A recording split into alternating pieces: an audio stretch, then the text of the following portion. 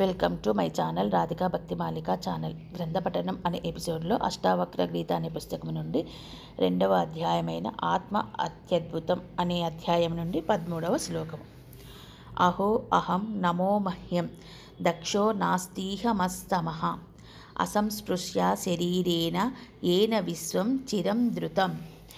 అహో అహం నమో మహ్యం దక్షో నాస్తీహమస్తమః అసంస్పృశ్య శరీరేణ ఏన విశ్వం చిరం ధృతం. పదాల యొక్క అర్థం. ఏన అంటే ఎందుచేత, శరీరేణ శరీరముతో, అసంస్పృశ్య వేరయి అంటే ఆటంకం, మయ అంటే నా చేత, ఇదం అంటే ఈ, విశ్వం అంటే ప్రపంచము, ధృతం ధరించబడుచున్నదో, అతః అంటే ఈ కారణము వలన, ఇహ ఈ ప్రపంచంలో, మస్సమః అంటే నాతో సమానమైన, దక్షః అంటే సమర్థుడు అంటే నేర్పరి, నాస్తి అంటే లేడు, అహో అంటే ఆశ్చర్య రూపుడైన ఆయన, అహం నేను, మహ్య నా కొరకు, నమః నమస్కారమును చేయుచున్నాను. శ్లోకం యొక్క అర్థము. అద్భుతమైన నన్ను నేను అభినందించుకుంటున్నాను. ఈ సత్యం నాకు విశ్వాన్ని సృష్టించకుండానే అనాదిగా ధరిస్తున్నాను.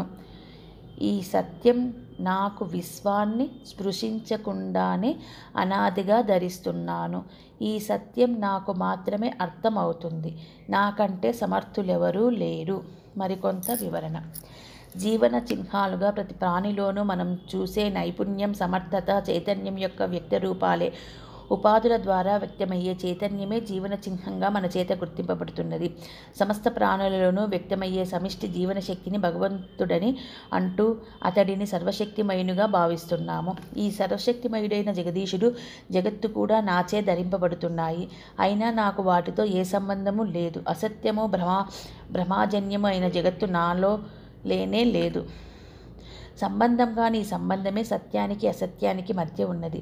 భూతం స్తంభం మీద ఆధారపడి ఉన్నది. అయినా స్తంభం భూతాన్ని సృష్టించడం లేదు.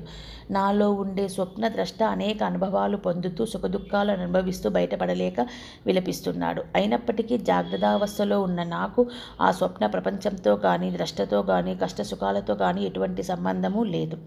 ఈ చిత్రాచిత్రమైన సంబంధాన్ని గమనిస్తే ఆత్మను ఆరాధించకుండా ఉండలేము. మన శరీరాలు గత అనుభవాలను స్మరిస్తూ, కొత్తవి ఊహిస్తూ, వాటితో ఇష్టాయిష్టాలను పెంచుకొని చెలిస్తూ తమవైన ప్రత్యేక ప్రపంచాలను నిర్మించుకుంటున్నాయి. జయాపజయాలను, సుఖదుఖాలను, జనన మరణాలను ఊహించి నిర్మించి అనుభవిస్తున్నాయి. వీటన్నింటి మధ్య నిశ్చలంగా, శాంతంగా ఆత్మ ఉంది. ఆ ఆత్మే నేను. ఈ జగన్నాటకం నా నుండే ఉనికిని సంతరించుకొని సాగుతున్నది. ఉన్న వాటన్నింటిలో నిశ్చయంగా నేను గౌరవింపబడాలి, ఆరాధింపబడాలి. హరి ఓం తస్సత్.